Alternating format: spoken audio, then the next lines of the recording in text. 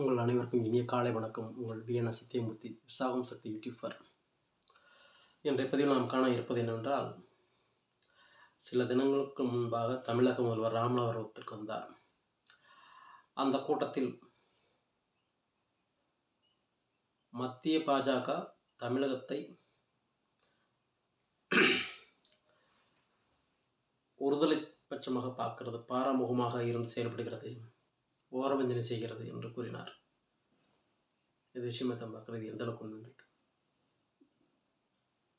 அதாவது பாரத பிரதமர் மோடி அவர்கள் முதல் ஆட்சியிலேயே, அதாவது 2014 வந்த பொழுது,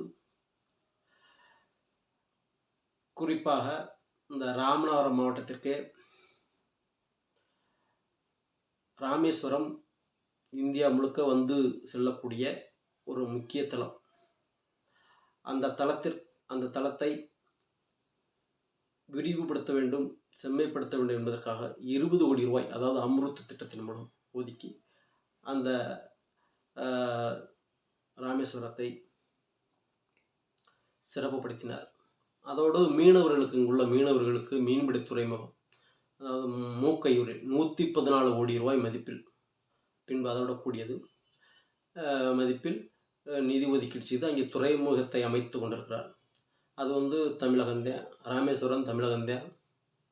அதோடு ராமேஸ்வரம் டு மதுரை, அதாவது மதுரை டு ராமேஸ்வரம், இந்த சுற்றுலா பயணிகள் லாபகமாக விரைவாகவும் சரி தெளிவாக பயணிக்க அந்த சாலையை 4 வழிச்சாலையாக விரிவுபடுத்தினார், பல கோடி ரூபா ஒதுக்கி. அதுவும் தமிழகத்தில் உள்ளது.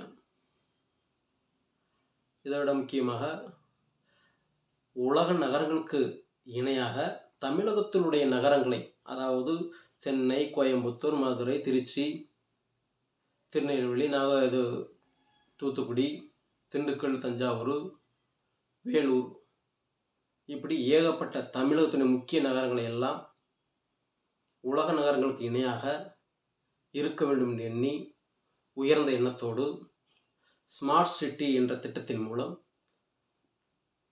இன்றைக்கி அந்த நகரங்களை எல்லாம் அடிப்படை கட்டமைப்புகள், சாலை வசதிகள் என முக்கிய செயல் திட்டங்களை செய்து இன்றைக்கி அந்த பகுதி மக்களுடைய பேரன்பை பெற்றிருக்கிறார். இந்த நான் சொன்ன நகரங்கள் எல்லாம் தமிழகத்தில் உள்ளது. இப்படி இருக்கும் பொழுது தமிழகத்துக்கு ஒன்றும் செய்யவில்லை என்று முதல்வர் கூறுவது தவறான கருத்தாகும். அதே வேளையில்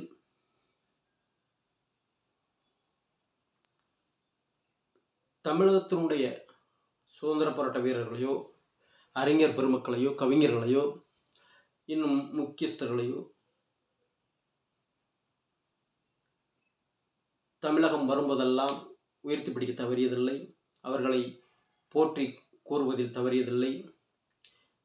அதோடு முக்கியமாக தமிழகத்தினுடைய பண்பாடு கலாச்சாரத்தையும் எங்கு சென்றாலும் சரி, எப்போது இங்கு வந்தாலும் சரி, அதனுடைய பெருமைகளை கூறாமல் இருந்ததில்லை.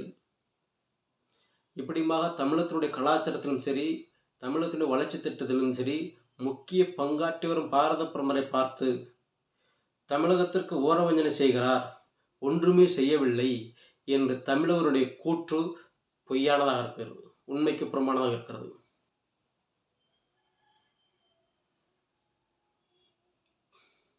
இது போன்ற கருத்துக்களை முதல்வர் அவர்கள் தொடர்ந்து பயன்படுத்தி வருகிறார்.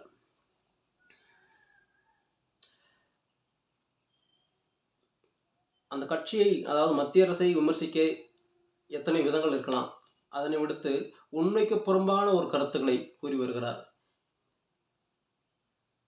மக்கள் எல்லோருமே இந்த தகவல் தொடர்புடைய வளர்ச்சியால், உச்சபட்ச வளர்ச்சியால் எங்கு நடந்தாலும் தங்களது கையில் பார்க்கும் அளவிற்கு இன்றைக்கு தகவல் தொடர்பு வளர்ந்திருக்கிறது. ஆகையால் முதல்வர் அவர்கள் சரியான கருத்துக்களை, உண்மையான கருத்துக்களை உண்மையாக பேசி வந்தால் அவருக்கு வரவேற்பை வழங்கலாம். அதை விடுத்து பொய்க்கருத்தில் தொடர்ந்து கூறி வருவதனால் அவருக்கு எல்லளவும் வளர்ச்சி தரப்போவதில்லை, மாறாக அவருடைய இமேஜும் சரி, அவருடைய இயக்கம் சரி பின்னடைவை சந்திக்கும் என்பது இந்த பதிவின் மூலம் நான் கூறுகிறேன். அவர்கள் ஆட்சியில் நடக்கும் தவறுகளை மறைப்பதற்காக பொத்தாம்பதுவான கருத்துக்களை வீசிவிட்டு செல்கிறார். அவருடைய இரண்டாம் கட்ட தலைவர்களும் அதுபோல செயல்பட்டு கொண்டிருக்கின்றனர். இந்த ஆட்சியில் கொத்து கொத்தாக உயிர்கள் பலியாகின்றன. கள்ளக்குறிச்சியில் எடுத்துக்கொண்டால் 68 பேருக்கு மேல் கள்ளச்சாராயத்தால் உயிரிழந்தார்கள். அவர்களுக்கு குடும்பத்திற்கு 10 லட்சம் ரூபாய் வழங்கினார்.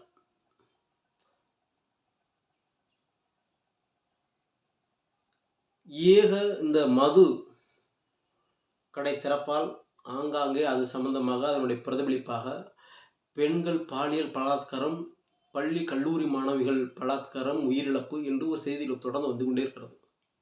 அது குறித்து அவர் கண்காணித்து நடவடிக்கை எடுக்க வேண்டும் என்று எண்ணியதில்லை. அப்படி எண்ணி இருந்தால் அடுத்தடுத்து அது போன்ற சம்பவங்கள் நடந்திருக்காது. அதில் ஈடுபடக்கூடியவர்கள் அச்சமடைந்திருப்பார்கள். ஆனால் அந்த கொலையில், கொள்ளையில், பாலியல் பலாத்காரத்தில் ஈடுபடவர்கள் தைரியமாக தான் இருக்கிறாரே தவிர அவர்கள் பயந்தவர்கள் இல்லை. மாறாக பொதுமக்களை நல்லாட்சி தருவார்கள் என்று எண்ணி திமுகவுக்கு வாக்களித்த பொதுமக்களை என்ற அச்சத்தில் இருக்கிறார்கள். அப்படித்தான் இந்த ஆட்சி நடந்து கொண்டிருக்கிறது. இப்பொழுது கரூர் வந்து தமிழகத்தில் உள்ளது. தமிழகத்தில் சட்ட ஒழுங்கு யார்கிட்ட இருக்கிறது, காவல்துறை யார்கிட்ட இருக்கிறது? தமிழக முதல்வரிடம் இருக்கிறது. தமிழக முதல்வரிடம் உள்ள அந்த காவல்துறை சரியாக செயல்பட்டிருந்தால் கரூரில் இது போன்ற ஒரு கோரச் சம்பவம் நடந்திருக்காது. 41 பேர் உயிரிழந்திருக்க மாட்டார்கள். இன்னும் எத்தனை பேர் ஆஸ்பத்திரியில் சிகிச்சை பெற்று வருகின்றனர். இப்படி தவறுகளை தொடர்ந்து செய்து கொண்டு தமிழகத்திற்கு இயன்ற உதவிகளை தவறாமல் செய்து கொண்டிருக்கும் மத்திய அரசை பார்த்து ஒன்றும் செய்யவில்லை, ஓரஞ்சனை செய்கிறது என்று கூறுவது அபத்தமானது, முற்றிலும் உண்மைக்கு புறமான கருத்தாகும். ஆகையால் முதல்வர் அவர்கள் பொது இடத்தில் பேசும் பொழுது உண்மை கருத்துக்களை பேசலாம். அதுவே அவருக்கு சிறப்பாகும் என்பதை இந்த பதிவின் மூலம் கேட்டுக்கொள்கிறேன். நன்றி, வணக்கம். பிடிச்சிருந்தா ஷேர் செய்யுங்க, சப்ஸ்கிரைப் பண்ணுங்கள். வணக்கம்.